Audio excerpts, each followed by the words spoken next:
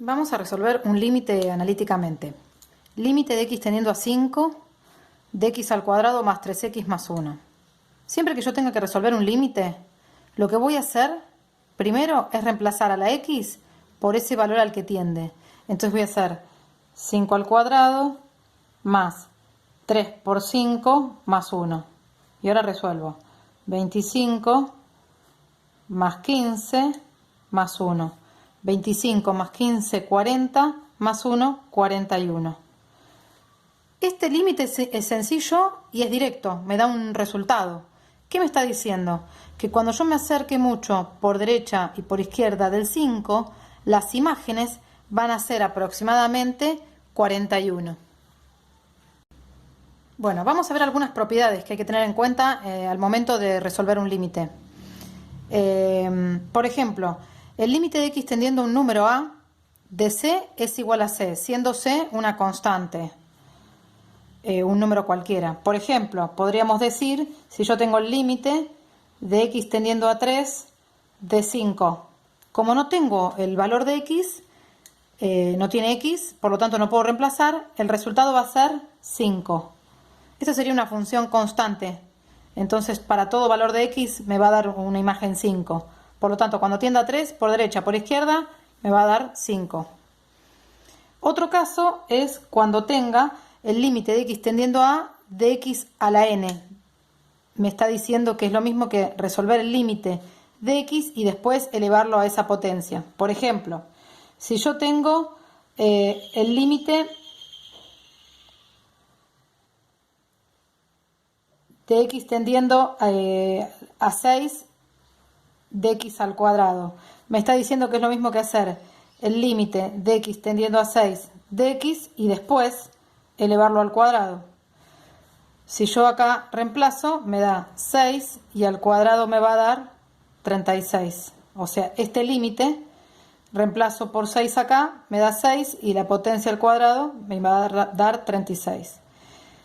Si yo no aplico esta propiedad, directamente lo que tengo que hacer es límite de x tendiendo a 6 de x al cuadrado. Me está diciendo que reemplace a la x por 6 y la eleva al cuadrado. Y me va a dar 36.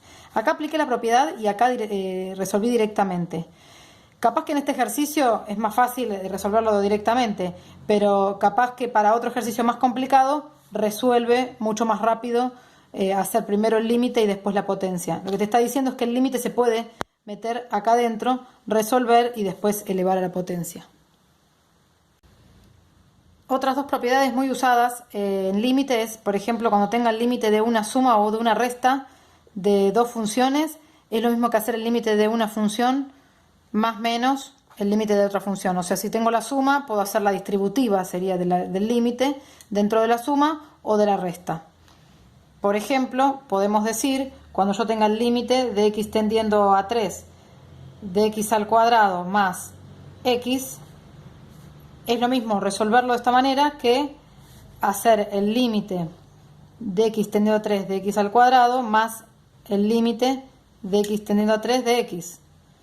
Este me va a dar 3 al cuadrado, me da 9 y este me va a dar 3. Por lo tanto, me da 12 de resultado. Si no aplico la propiedad, yo lo que tendría que hacer es reemplazar directamente.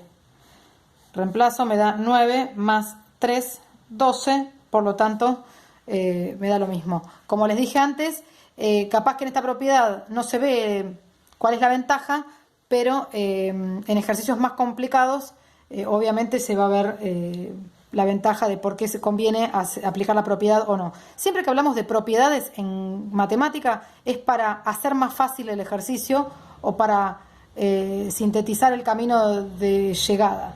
A veces se complica, entonces no conviene aplicar una propiedad y a veces resuelve cosas que no queda otra que aplicar propiedades. Bueno, otra propiedad del límite es cuando tengo una multiplicación, puedo hacer el límite de uno de los factores por el límite del otro. Esto se puede ver, por ejemplo, si yo tengo el límite de x tendiendo a 2 de x cuadrado por x, supongan. Es lo mismo que hacer el límite de x tendiendo a 2 de x cuadrado por el límite de x tendiendo a 2 de x. Esto me va a dar 4 y esto me va a dar 2, por lo tanto el resultado va a ser 8. Si no aplico la propiedad, lo que puedo hacer es reemplazar directamente. Me queda 2 al cuadrado por 2, esto sería sin aplicarlo, y esto es 4 por 2, 8, por lo tanto, se verifica que es verdadera esta propiedad. O lo mismo que les digo, cuando se necesita se usa y cuando no, no se usa, pero beneficia en algunos casos. Otra propiedad que puede llegar a usarse es cuando tengo el límite de x tendiendo a de c por f de x. Eso quiere decir que tengo una constante. Lo que me está diciendo es que yo la puedo sacar del límite a esa constante y solamente resolver la función. Por ejemplo, yo puedo tener límite de x tendiendo a 2 de 3x al cuadrado.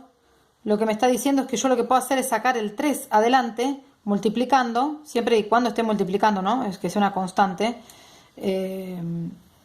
Lo saco multiplicando y me queda límite de x tendiendo a 2 de x al cuadrado.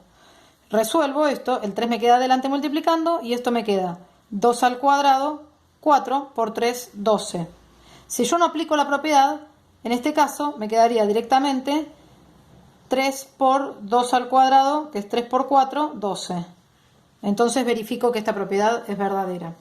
Bien, otra propiedad importante es cuando tenemos una división de funciones. Lo que dice es que podemos hacer el límite de la función del numerador dividido el límite de la función del denominador.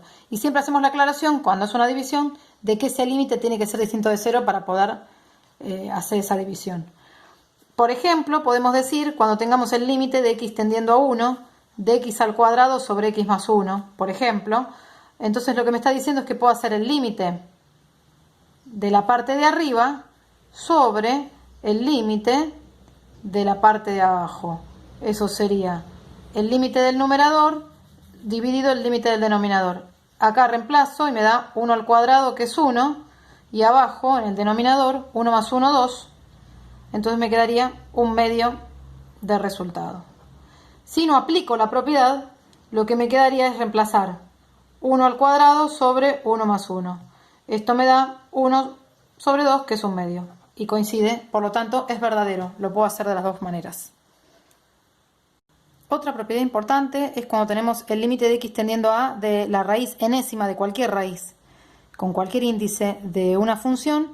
Es lo mismo que meter el límite adentro y hacer la raíz.